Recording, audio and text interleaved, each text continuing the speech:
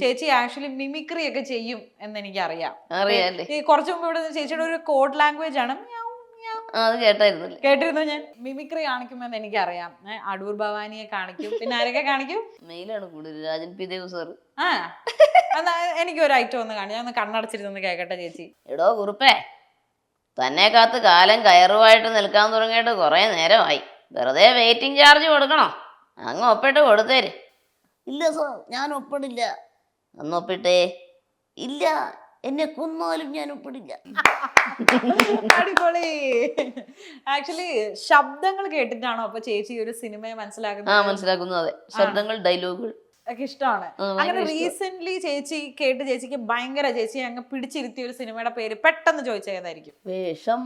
ആ വേഷം, മമ്മൂക്കയുടെ. എന്തുമാത്രം ഡയലോഗുകളല്ലേ. ആണല്ലേ? പോലെ ഒരു ഡയലോഗ് മമ്മൂക്കന്റെ പറയാൻ പറ്റുമോ? അച്ഛനൊന്നെങ്കിൽ തമാശ അല്ലെങ്കിൽ വേദാന്തം. അല്ല, അച്ഛൻ ഇന്ന് ഭക്ഷണം കഴിച്ചായിരുന്നു? ഇല്ല. എന്താ? അല്ല, ഇന്നത്തെ ഭക്ഷണം ഞാനാണോ എന്ന് അറിയാനായിട്ട്. ചേച്ചി you are A super star കേട്ടോ. തോനെയുണ്ട്. പിന്നെ താനൊരു ചക്കനാകുമ്പോ ഇപ്പൊ ചക്ക മാവേല കായ്ക്കണേന്ന് പറഞ്ഞു. മാവിലായി ചക്ക തിന്നാൻ പറ്റുമോ എന്ന് ചോദിച്ചപ്പോ കാർന്നോന്മാരോട് ചോദിച്ചപ്പോ കാർന്നോന്മാര് പറഞ്ഞു ഞാൻ ഈ നാട്ടുകാരനല്ലത്. അങ്ങനെ കുറെ ഡയലോഗ് അല്ലേ. ചക്ക തമ്പാരും എന്തൊക്കെ കുറെ സംഭവങ്ങളുണ്ട്. മമ്മൂക്കാന്റെ നമ്മൾ പറഞ്ഞെങ്കിൽ നമ്മള് ലാലേട്ടനെയും കൂടെ ഒന്ന് അനുകരിക്കണ്ടേ ചേച്ചി?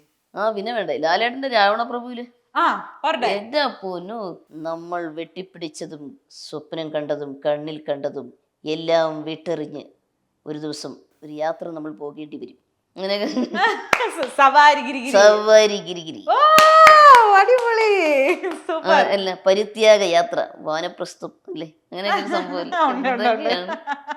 ഷൂട്ട് ഒന്നും ഇല്ല, റെക്കോർഡിംഗ് ഒന്നും ഇല്ലാത്തൊരു ദിവസം എന്ത് ചെയ്യും ചേച്ചി ഇവിടെ ഇരുന്ന്? ഇപ്പൊ അലക്സയുടെ കൂടെ ഇരിക്കുക, പാട്ട് പഠിക്കുക, പിന്നെ മറ്റേ റഷ്യൻ ഉപകരണം വീണ, ഗായത്രി വീണ കൂടാതെ കസു വായിക്കും. പിന്നെ കഞ്ഞിയും കറിയും കളിക്കുക. കഞ്ഞിയും കറിയും കളിക്കുവോ? ഇപ്പോഴും ഉണ്ട്. വാഴയിലൊക്കെ കൈ കൊണ്ട് അരിഞ്ഞരിഞ്ഞ് തോരൻ പോലെ. അമ്മയുടെ ഇന്ന് കുറെ തേങ്ങ വറുത്ത് അടിച്ചു മാറ്റി അമ്മയും അച്ഛനും ഒക്കെ കൂടും കേട്ടോ കളിക്കാൻ കൂടും. കൂടെ ആയിരിക്കും. അതെ, പണ്ട് ഇവിടെ അമ്മായിയുടെ മക്കളൊക്കെ വരുമായിരുന്നു. അവർക്ക് ടൈമില്ല, അവര് ജോലിക്കൊക്കെ പോകണം. എനിക്ക് ഫ്രീ ആവുമ്പോ ഞാൻ കളിക്കുന്നത് അല്ലേ? കൊള്ളാം.